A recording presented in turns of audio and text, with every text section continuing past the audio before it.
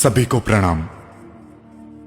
बुद्धिसागर समुदाय के एक अच्छे शासन प्रभावक साध्वी जी भगवंत ने कोरोना के कारण बनी इस तकलीफ वाली परिस्थिति में एक सुंदर निर्णय लिया। आगामी चातुर्मास जहां पर उनका था वहां के ट्रस्टियों को बुलाया और पूछा, हमारे चातुर्मास प्रवेश पर श्री संघ कितना खर्च करने वाला था? साहेब, स्वामी वात्सल्य, वरघोड़ा, बैंड आदि मिलाकर लगभग 3 लाख का खर्च था। ठीक है, एक काम आपको करना है। इस बार हम प्रवेश 3 नवकार गिनकर बहुत सादाई से करेंगे और आप ये 3 लाख रुपए इस कठिन परिस्थिति में तकलीफ में आए अपने साधर्मिकों की भक्ति के लिए दे दीजिए।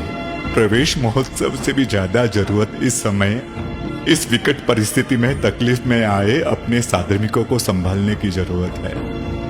और संघ ने भी उसी समय 3 लाख रुपए साधर्मिक भक्ति फंड में दे दिए। बहुत सुंदर उदाहरण सबके सामने एक साध्वी जी भगवंत और श्री संघ ने प्रस्तुत किया। आज शहरों में, गांवों में हमारे कई साधर्मिक परिवार है जो छोटा मोटा बिजनेस, नौकरी, छोटी दुकानें लेकर बैठे हैं। उसी से अपना खर्च, अपना जीवन व्यापन करते हैं। उनको बहुत अच्छे ढंग से हमें संभालना होगा। सिर्फ किराना का सामान आदि देकर हमारा साधर्म्य भक्ति का कर्तव्य पूरा नहीं होता है। उनको फिर से पैरों पर खड़ा करना होगा, स्वावलंबी बनाना पड़ेगा। एक विजन के साथ, एक रोड मैप के साथ हमारे भाइयों का हमें ध्यान रखना पड़ेगा। 1-2 लाख की भक्ति के द्वारा, लोन के द्वारा भी उनकी भक्ति करके उनको पैरों पर फिर से खड़ा करना पड़ेगा। वैसे भी साधर्मिक दया का नहीं, भक्ति का पात्र है।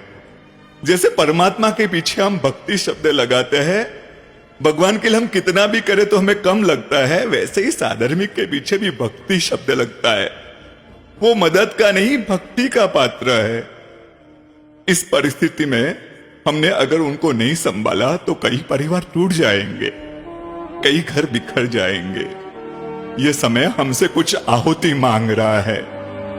करोड़ों रुपए शासन के अलग अलग अनुष्ठानों में खर्च होते हैं, होने भी चाहिए, लेकिन आज हमारा विवेक हमसे कुछ अलग मांग कर रहा है। आज सबसे ज्यादा करने जैसा कोई कार्य होगा तो वो साधर्मिक का क्षेत्र है। ध्यान रखिए, सिद्धशिला पर आपके पास बैठने वाला इन्हीं में से कोई साधर्मिक होगा।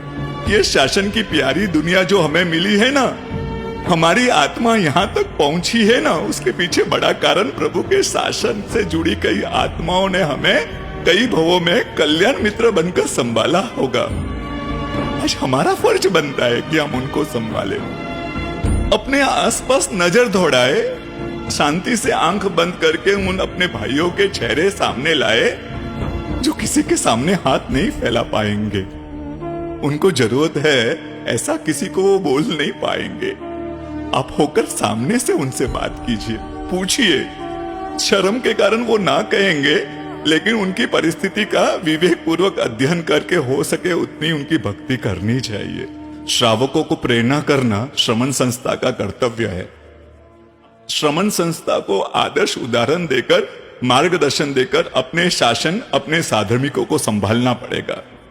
जिन शासन महान है और जिन शासन की श्रमण परंपरा, ये त्याग की परंपरा विश्व के 7 अजूबों पर भारी पड़े, वैसे ये 8वां अजूबा है और हमें इस बात का गौरव है।